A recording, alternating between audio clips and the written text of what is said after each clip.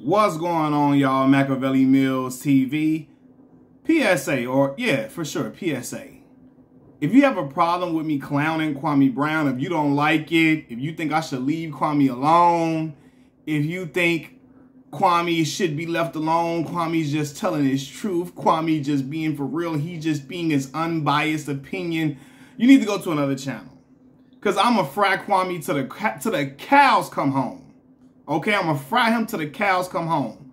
Because this is the thing. People are like, well, he not being a hater. I don't see it as hate. He just giving his opinion. Bro, Kwame said LeBron James is not like that. And he said the media built up LeBron James' career. Dog, do the media help you break the all-time leading scorers record? Does the media do that? Or you got to go get them buckets?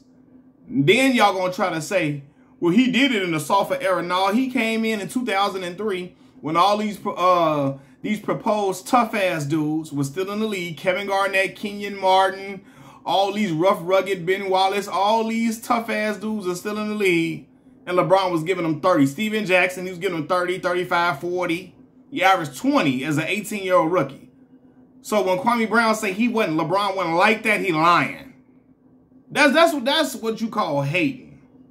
You can say LeBron don't got a go-to move or whatever, but to say he not like that, bro, how does a dude with 4 league MVPs, with 4 championships, 4 NBA Finals MVP trophies, 18 All-Star appearances, and the all-time leading scoring record, how is he not like that? Y'all riddle me that. How is that dude not like that? When a man says something like that, he hating. See, that's whole shit. That's something that a bitch will do. You know what I'm saying? Look, I wasn't the biggest fan of Kobe Bryant's game per se, but I'm never going to sit here and tell y'all that Kobe Bryant wasn't an elite basketball player. I'm never going to tell you he wasn't like that. I'm never going to tell you he was an all-time great or a pantheon great. That's hating. That shit a man does when he just got a lot of hoe in him, when he got too much mama's cooking inside of him, he start doing a lot of shit that's hoe-like. That's what Kwame Brown on. Kwame on some hoe shit, right? And he called LeBron nothing but a stat sheet stuffer. Well, brother, everybody was a stat sheet stuffer to Kwame Brown. Because Kwame was on the court solely for cardio purposes only. Brother just out there running around like JaVale McGee. Okay, just out there running around. He didn't acquire many stats when he was playing. Because he wasn't on nothing. That's why Doug Collins hated him and told him, sit your punk ass down. You get in the game when I feel like you should get in the game. Other than that, you're trash. Because he was, dog. My man was a poor man's Eric Dampier. You know you trash when you a poor man's Eric Dampier, dog. That's how you know you garbage, boy. Like I said, the man couldn't walk and chew gum at the same damn time. Look, Kwame would pad stats if he could. If Kwame could pass stats, he really, really could. But we know he can't. So he got to talk shit from obscurity. You know, and this is the thing for me, man. Like, people always be like, well, how can you call him a bust? He played over 10 years in the league. Dog, it's not hard to be in the league for 10 plus years if you 7 feet tall. He's nearly 7 feet tall. The league gonna keep you in there as long as you can get a rebound or 2 or 3, get you about 3-4 rebounds a game. They'll still keep you in the league. They'll still keep you in the league because they feel like your big ass can alter some shots. We know Kwame wasn't altering shit, but the course of his own career with how terrible he was playing, how garbage he was. You know, and what's crazy to me is that Kwame got all this smoke for LeBron James, a man who has said nothing about him, but he ain't got no smoke for the man who tormented him, who hold him on a daily basis, who little boyed him on a regular, Michael Jordan. He praising Michael Jordan, all on Michael Jordan's nuts, sniffing his scrotum, all of that, when that man was tormenting you, taking you through hell. Look, Michael, I'm telling you, Michael was little boy in his ass, man. He was Michael Jordan blunt roller. Y'all know I ain't lying. Mike sent him to the store for the woods. Told him, go get my woods and make it snappy, goddammit. Slew-footed motherfucker. That's what Mike was. That's how Mike was talking to him. He was talking to him just like a hoe. You know what I'm saying? And this is the thing, man. Kwame kills me, man, with his, you know, when he first came out, he had this pro-black rhetoric, like he was pro-black. Dog, he's not that. He's a MAGA boy. Kwame Brown is really a Duck Dynasty dressing good old boy. Okay? He's a black redneck with the swagger of Uncle Ruckus and Hoppin' Bob from from the movie Life. That's who Kwame Brown really is, man. He ain't got no smoke for the man who made his life a living hell. Mike told his ass, come polish this motherfucking toilet. Okay? Mike had that man going to go get the pine saw, had him go get in the Fabuloso, told him turn that Yolanda Adams music on and clean my whole goddamn house. That's what Mike told. Mike told him turn on that gospel music, turn on the Kirk Franklin, Donnie McClurkin, what's the man named Smokey Norfolk, and clean this motherfucker, make it spick and span. That's what Mike told him. And Kwame said, yes, sir, boss. That's what Kwame said. Okay? So this whole I'm an alpha male, I'm a goon talk, this shit is like, it's really mind-boggling. You know, it's really, I don't understand it because Kwame was never no goon. If he was, Mike wouldn't have been hoeing him like that. Kobe wouldn't have been pulling his card like that, telling him he wasn't shit. He praising them to the heavens, all on they nuts, sniffing all, like, I'm talking about Jock sniffing like a motherfucker. And they was the ones hoeing him, the little boy in him. Michael Jordan had his ass sleeping in the hallway of the hotel rooms and telling him, knock on this motherfucking door when you want to come up in here. Kwame was out here, he was Mike Whipping Boy, man. He was Mike Whipping Boy. Mike was running his pockets, going in his pockets, making Kwame buy Juanita and the kids breakfast, lunch, and dinner, and telling Kwame to get a damn Happy Meal. He was telling Kwame, get your ass a Happy Meal, you hungry. You ain't played good enough to eat some steak, some mashed potato, a baked potato, some salmon. You ain't played well enough to eat some damn catfish nuggets, mother, with your trash ass. That's how Mike was telling him, man. Mike was telling him, man, look, Mike was hoeing Kwame so bad, he was telling Kwame when he can get his hair braided, when he couldn't. Mike told him his real name was Toby, not Kwame, okay? And when Kwame thought his name was Kwame and tried to buck up, Mike was kicking the balls on the stands, telling Kwame's dad, go fetch. Go fetch the fucking ball. And Kwame was running up in the stands, going to go sweating bullets, going to go fetch the ball for Michael Jordan. So it's crazy that Kwame got all this smoke for LeBron James, but the dude who was little boy in you, who was stepping on you every day, you love and endear him. You praise and worship him because you played because he's supposed to be labeled as the greatest, man. Where your nuts at, dog? There's no way. Listen, if Kwame was brought up by my daddy, there's no way Michael Jordan would have been doing him like that. There's no way. Even, and you could say he was a kid. First, Mike wouldn't have been doing that shit to LeBron James. We both know that. Bron ain't running up in there catching them sweating bullets, go fetch them balls for him. Nor is LeBron James rolling Michael Jordan's blunts. You know, y'all know Kwame ass was rolling them blunts, man. Pearling them bitches too. You know he was, man. That's what he was doing for him, man. Kwame was running to the store for Mike, getting the liquor, getting the rubbers. He was telling Kwame when he played well enough to get some broads. You can't get no broads tonight. You can't get no sex tonight from no heifers, from no broads, because you was trash. And Kwame obliged. He was all with it. You feel me? So, yeah, man, like Kwame talking all this gorilla talk now, like, fam, he couldn't have been brought up by my daddy, because there's no way he'd be sniffing Michael Jordan them nuts after they was hoeing him like that. There's no way. There's no way, dog. Like, look, my father raised me knowing that no man is above reproach. No man is too big for you to stand up for yourself. No way. Kwame a grown man and still sniffing Michael Jordan and them nuts and Kobe nuts after Kobe and was little boy in him every day. I'm telling you, man. Shit. Kwame had to go get Vanessa food too. Sure, he talking crazy. Like, I'm like, bro, what? Look how you talking about a dude who did nothing to you. But the man who was doing all that to you, the people who was giving you all the hell in the world, you just praising them to the heavens. Now, okay, you don't want to say nothing about Kobe Bryant because he's deceased. Okay, cool. But Michael Jordan is alive and well and still kicking. And out here he got babies younger than Bronny James. Mike's still out here making babies. Talk about his ass, man. You ain't gonna do that though, because you scared of that Jordan brand smoke.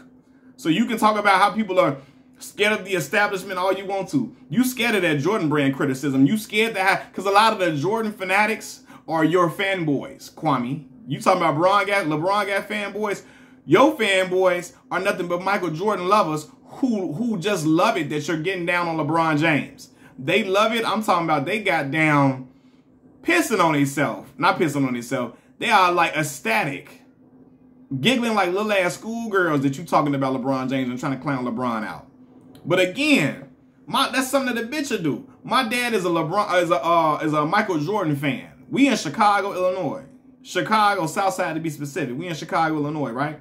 My dad loved Michael Jordan. Loved Mike, felt like Mike the best, the greatest to ever do it.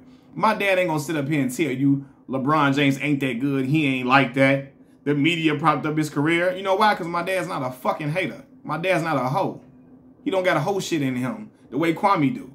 Too much motherfucking mama's cooking, right? So much that Michael Jordan said, give me your motherfucking mama's food and your mama's number. Told him, you can't get none of this damn food. That shit for me. And smack Kwame in the back of the head, get your punk ass out of here. That's what he was doing in Kwame, man. For real, boy. Like, I'm telling y'all, look. Kwame was getting Charles Oakley lunch. He was paying for Oak. Kwame was paying for Oak, Charles Barkley, and Michael Jordan golf games. He was bringing Mike the yak. He was giving, look, he was supplying Mike yak for the whole year. That's how Mike was doing him so dirty. And Kwame out here acting like he's such a goon. No, man, buck up at the old man with the 5X jeans. And the 5X with the bell-bottom jeans, man, the 5X.